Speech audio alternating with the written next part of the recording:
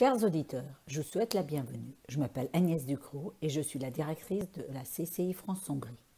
En 2021, notre chambre fête sa 30e anniversaire. À cette occasion, cette année, nous avons lancé une série de podcasts dans laquelle on discute avec les directeurs de nos entreprises membres de leur actualité. Tous les podcasts vont pouvoir être écoutés en français et en hongrois aussi. Mon premier interlocuteur, bien sûr, n'est autre que M. László Károly, le président de la CCI France-Hongrie et le directeur général de la société Legrand. Cher László, merci d'avoir accepté notre invitation pour cette interview. Je pose d'ores et déjà ma première question. Qu'est-ce que tu penses du développement de la Chambre dans ces 30 dernières années? Je souhaite la bienvenue à vous tous. S'il s'agit d'une chambre et surtout s'il s'agit d'une chambre mixte, cela signifie toujours un attachement envers la Hongrie du pays donné, attachement envers le développement de l'économie. Et dans le cas de la CCI France-Hongrie, ce pays donné n'est autre que la France. Je pense que ces 30 dernières années constituent une très belle histoire dans laquelle la Chambre a beaucoup fait. Ce qui est le plus important à soutenir, c'est que la Chambre a œuvré non seulement pour le développement de l'économie, mais aussi pour la promotion de la culture française. Qu'est-ce qui vous a motivé, vous, en tant que Société Legrand, de devenir membre de la Chambre?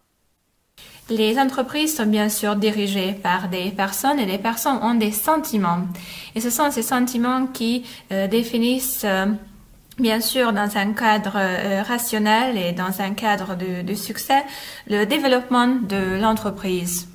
Nous sommes une entreprise hongroise qui, après une privatisation qui s'est clôturée avec succès, a été rattachée à une entreprise familiale française. Donc, d'une part ça, d'autre part, l'attachement à la culture française nous ont incité à devenir membre de la Chambre de commerce et d'industrie franco-hongroise. À l'intérieur de la Chambre, on peut accéder à de nouvelles informations et on peut faire du réseautage qui serait plus difficile à faire autrement.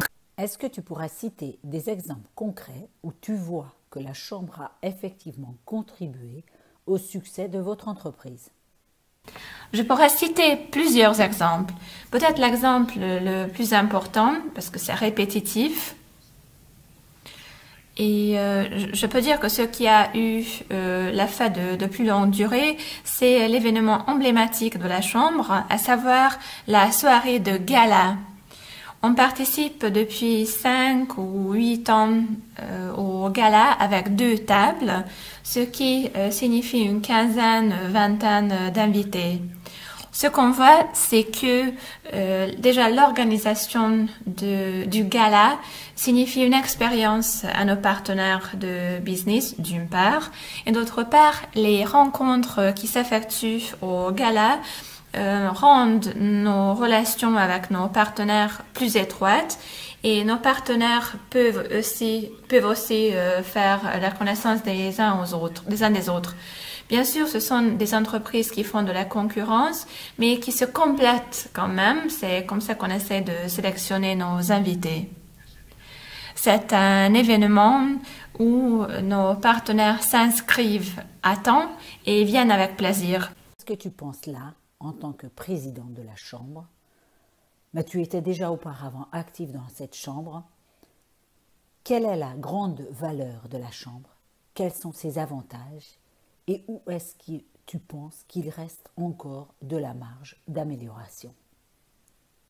Comme je viens de citer, je viens de citer tout à l'heure les valeurs qui constituent des valeurs pour nous, mais je pense que pas seulement pour nous, pour la société Legrand, mais aussi pour d'autres sociétés françaises qui lancent une activité économique en Hongrie. Bien sûr, le poids d'utilité de la Chambre est différent pour une petite entreprise ou pour une grande multinationale ou pour une banque. Donc, les différents membres peuvent bénéficier différemment des services de la Chambre.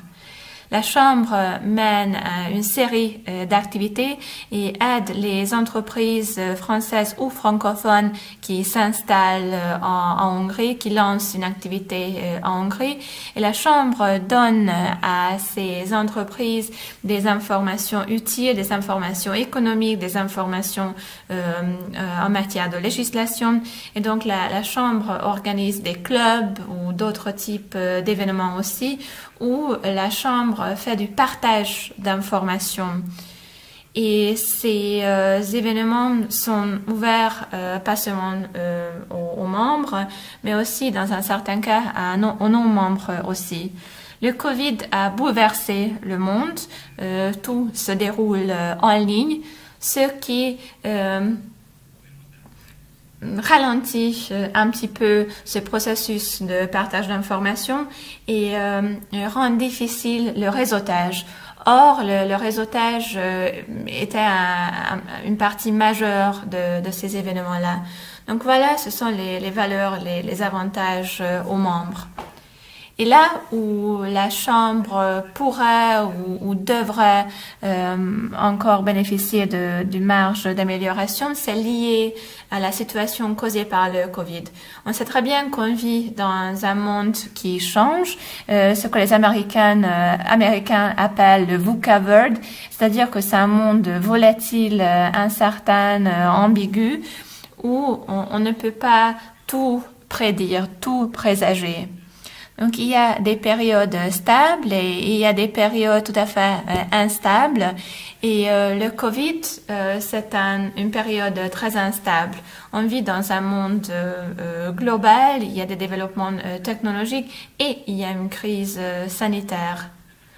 Et le Covid a affecté très fortement les domaines où, par exemple, la Chambre est très active, donc le réseautage, le partage d'informations.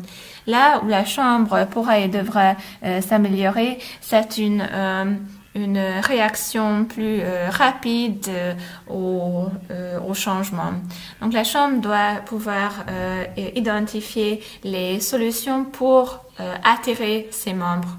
Est-ce que c'est celle-là ou c'est quelque chose de différent qui t'a motivé pour candidater au poste du président de la Chambre? Tu étais membre actif de la Chambre et même vice-président pendant 2 mandats. Effectivement, au début des années 2000, pendant 2 mandats, j'ai occupé le poste du vice-président. J'ai fait ce travail avec plaisir. Déjà, ce travail nous donne un panorama général sur l'économie du pays. Nous, on travaille dans un certain domaine. Moi, je travaille dans mon domaine depuis une 30aine d'années et j'occupe le poste de directeur pays depuis 16 ans. Et beaucoup de choses se sont passées. Nous avons élargi notre profil, mais nous sommes quand même restés dans un certain secteur de l'industrie. Et la Chambre me permet d'avoir un panorama général sur l'économie, sur les possibilités macroéconomiques, sur les relations économiques franco-hongroises. Et donc voilà, c'est ce qui m'a intéressée. Et j'ai réussi à construire une équipe à l'intérieur de la société Legrand qui me permet de consacrer mon temps libre aux activités de la Chambre. Et j'espère aussi que je vais pouvoir donner de nouveaux élans à la Chambre. Avant de continuer avec la Société Legrand, j'aurai une question encore à te poser au sujet de la Chambre. Quels étaient tes objectifs quand tu es devenu président? Et pourrais aussi-tu parler de tes objectifs actuels, spécialement dédiés au Covid? Oui, c'est très très bizarre de parler du Covid, parce que déjà l'élection était bouleversée par le Covid. L'Assemblée générale n'a pas eu lieu au printemps, mais en automne. En tout cas, je garde un très beau souvenir de cette élection, parce que même dans ces circonstances-là, j'ai pu devenir président. Je ne faisais pas partie de la présidence et j'ai été élu président. Donc voilà, depuis septembre dernier, je suis le président de la CCI France-Hongrie. les objectifs stratégiques prioritaires que je me suis fixés dans le développement de la CCI France-Hongrie sont quand même liés au Covid, à la situation causée par le Covid. Et je voudrais commencer par quelque chose qui est un petit peu indépendant de cela. Comme je viens de le dire, la CCI France-Hongrie représente surtout les entreprises françaises et francophones en Hongrie et représente ces entreprises, aide le réseautage de ces entreprises et partage avec ces entreprises les actualités d'affaires ici en Hongrie. Par contre, cette connaissance pourrait être utilisée dans le sens inverse aussi. D'où le fait que je voudrais renforcer dans le cadre de la CCI France-Hongrie cette direction stratégique, c'est-à-dire je voudrais que la CCI France-Hongrie soit plus présente en France et puisse mieux représenter les entreprises hongroises qui sont à la recherche des possibilités d'affaires en France. Et cela est aidé par le fait que la CCI France-Hongrie, depuis début de l'année dernière, quand je n'étais pas encore présidente de la Chambre, est devenue la représentante des entreprises hongroises en France et en plus a signé un accord stratégique avec le HEPA.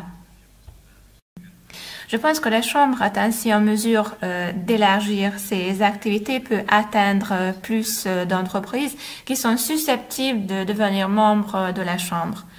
On vit dans un monde qui change et là, j'enchaîne sur mon deuxième objectif stratégique. Dans ce monde, il faut qu'on soit capable de nous adapter vite aux changements. Donc la direction stratégique que je me suis fixée, c'est de toujours chercher des solutions qui peuvent nous aider dans l'avenir. Donc il faut anticiper. On ne peut pas toujours présager les changements, mais on sait que les changements font partie de notre vie. Et ce qui est le pire dans les changements, c'est que quand un changement soudain a lieu, un changement auquel on n'est pas préparé. Il faut donc toujours anticiper et il faut chercher des solutions créatives qui peuvent aider la Chambre à fonctionner bien dans un environnement qui est différent. Par exemple, pendant le Covid, où l'éloignement social s'effectue, ou dans l'environnement commercial, il y a peu de rencontres en personne. Pour que la Chambre soit capable de donner cette valeur ajoutée aux membres.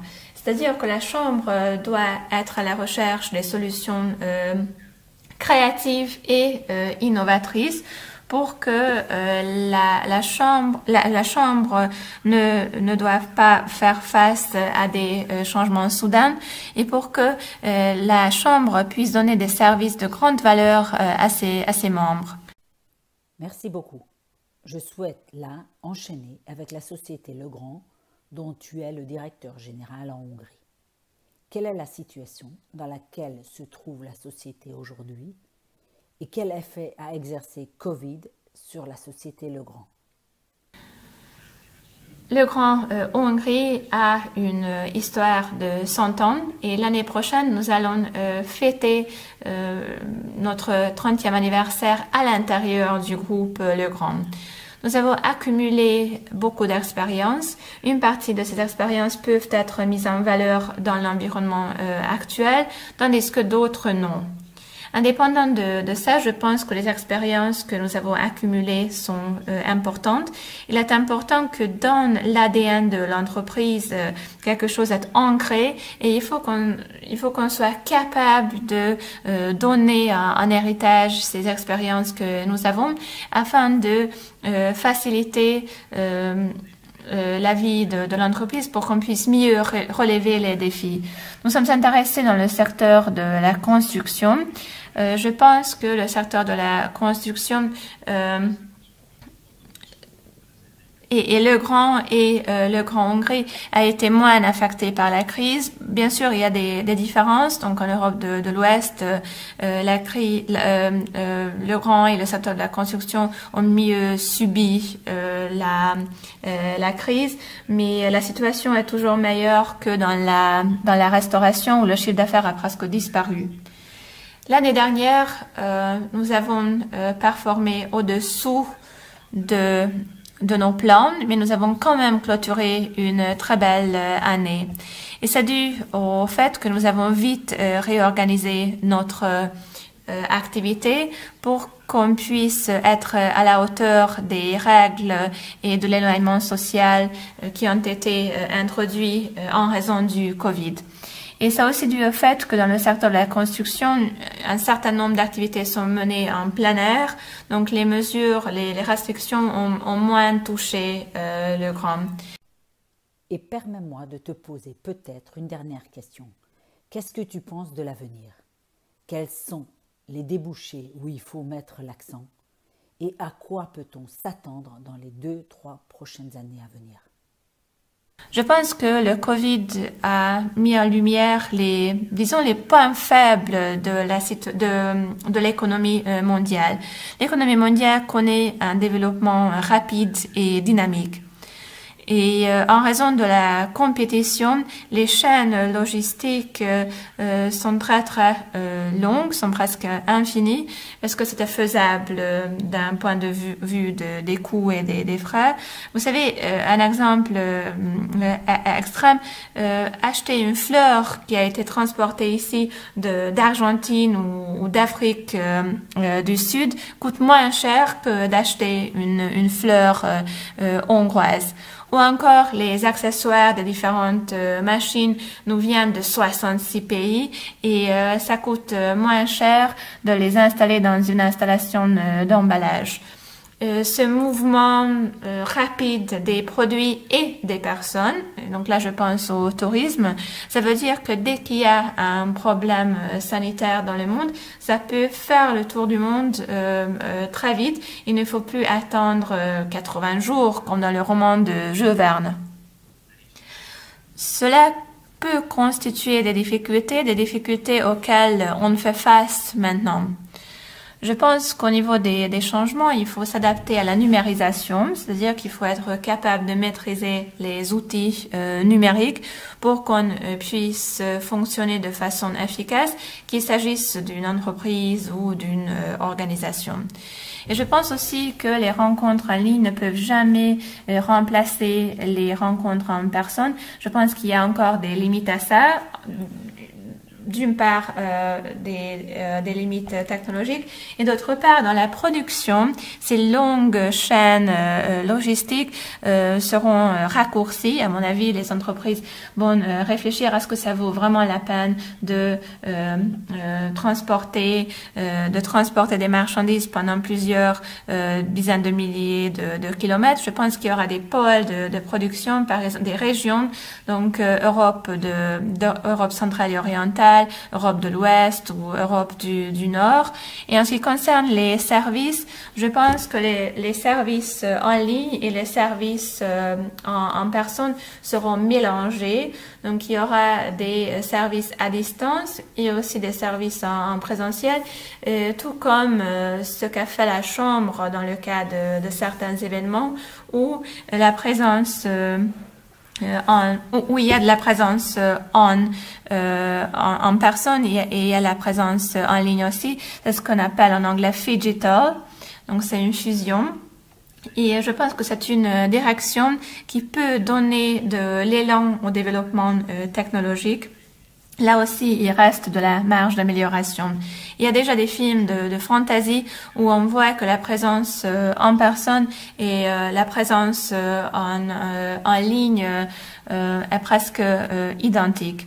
Voilà, brièvement, ce sont les lignes dans lesquelles ça vaut la peine d'aller, à mon avis.